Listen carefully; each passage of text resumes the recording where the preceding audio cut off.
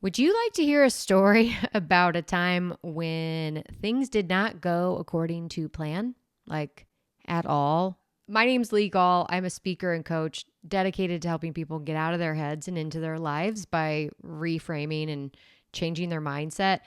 I have been doing a series on how negative thoughts can often disguise themselves as productive ones. And we're like, hey, come on in. Let's do some work, only for them to trash the place and make us feel negative about ourselves or whatever. And one of those thoughts is control. Sometimes we think that control is there to help us ensure a perfect outcome or ensure that things go as we want them to. And the reality is, control is actually fear-based. It is the idea that we are unsure of the outcome and we don't like that. And so we would rather control what we can so that we have some predictability in our lives and not have to worry about the unknown. It was 2024 and I had so desperately been looking forward to a big trip. And I'm a big Halloween person. Like, I over-index in the love of Halloween category. And I had been wanting to go to Disney World for the not so scary Mickey's Halloween party. I know, super cheesy, but bucket list. So I started planning this trip for my family in, I think, March or April. And that was for an October departure. In this particular trip, I hired a Disney trip planner, like went over and above what I would normally do. And this woman was absolutely amazing and helped me plan this trip. But I mean, we're talking like this schedule was impeccable. We knew like what park we were going on, what days. There was a hotel change in there. Literally, she found this cool deal changing hotels. We had different parks. We had different fast pass tickets. We had the whole thing was just well orchestrated above and beyond what I would normally do. Oh, I also bought like Halloween outfits for the family. We weren't matching, but like we're going to be there at Halloween. So we had skeletons and pumpkins and all of this stuff. And for those of you guys that know, Disney World is in Orlando and October is hurricane season. So you just kind of take your chances. And when I started planning this in March and April, I was definitely not thinking about hurricane season. But hey, guess what? I had a really fun reminder because we started watching the news and started to notice that there was, I think, not just one, but two hurricanes approaching Florida. They move slow. So you can actually kind of plan around it. So we were watching this hurricane head towards Florida, and there was a hurricane that actually hit and didn't touch Orlando, but only for that second one to come around the bend. And we just kept watching it, and it was supposed to hit before the trip, and then it slowed down in the Gulf, did that whole thing.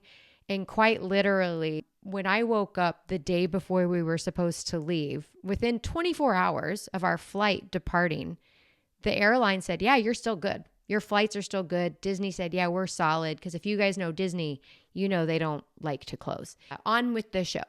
So I'm sitting here 24 hours prior to our departure under the impression that we're still going to Disney World despite this hurricane predicting to make landfall. It was around noon, I think 18 hours prior to our departure, that I officially got the cancellation notice. It's like, okay, you're done. This is not happening.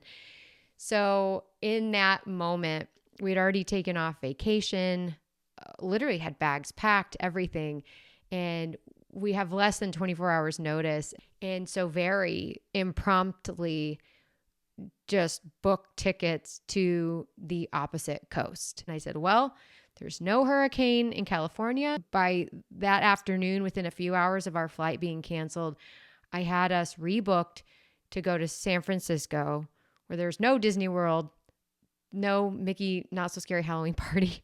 And frankly, it was just a crapshoot. And so I took all the Halloween stuff and the magic bands and all that out of the suitcases I said, okay, family, we're going to San Francisco. Also, just so you know, I don't want to be insensitive to the hurricane. And just as an update, it did hit the morning we were supposed to arrive, but they shut down Disney for one day, and then the next day they were back up and running, and the damage was not as bad as they were predicting.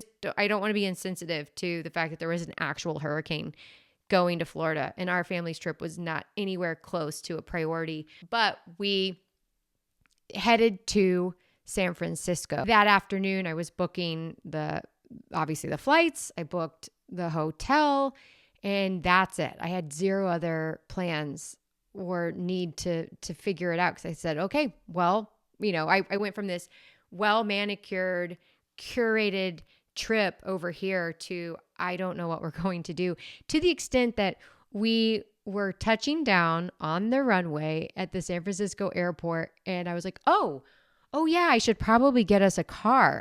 Oh God. And so I'm like in the aisles of the airplane booking this car. Within an hour of us touching down, we were on a beach, we had our feet in the water, and the rest of the trip was absolutely magical. We did a lot of the traditional tourist stuff that you would assume, but then really just we found ourselves in the Italian Independence Parade. We were at a pumpkin patch, and the Blue Angels were there because it was Fleet Week. And some of the most magical things happened on that trip that we could never have planned for.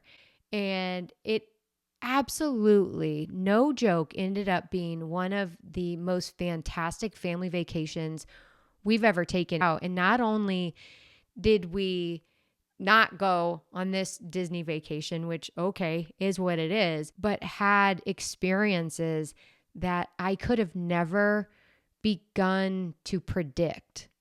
I say all that because the key to being less controlling is to trust. And I know that sounds so cliche, but it's not to trust that everything's going to be sunshine and rainbows and Mickey's going to somehow come in dressed as a vampire and land in San Francisco and my family's going to have this magical, Halloween Disney vacation. No, it's that you have to trust that you will be okay with whatever happens on the other side. It's not to trust that the situation is going to go how you want it, because it's not. You have to relinquish that. But what you don't have to relinquish is the trust in yourself. It's the trust that whatever happens, that whatever the outcome is on the other side, that you are going to be okay to manage it. And so often we start hypothesizing and doing these doom predictions of oh, what if this and what if that? Well, A, that's your brain playing tricks on you. But B, that's a big ball of putty all mixed together. And life doesn't happen in a series of sequences all at once. And so often when we start predicting this negativity, it's because we're cramming and gluing all these different experiences together. But I'm here to tell you that life unfolds one step at a time. So you just have to be okay with knowing that you can handle each one of those steps. Okay, I did this one, next step. I did that one, next step. I'm going to be okay. Our brains like to make us think that it's a lot scarier on the other side, and it's not. And so you just have to trust that you will be okay with whatever the situation is. You can manage yourself. You cannot manage the situation. So I hope you guys enjoyed that story. Please hit like on this video. Put in the comments if you have a similar time that something like this happened to you, or something in your life that you just couldn't control and you had to go with the flow and it ended up working out. So hit subscribe, hit like. My name's Lee Gall. I look forward to seeing you guys in future videos. Thanks. Bye.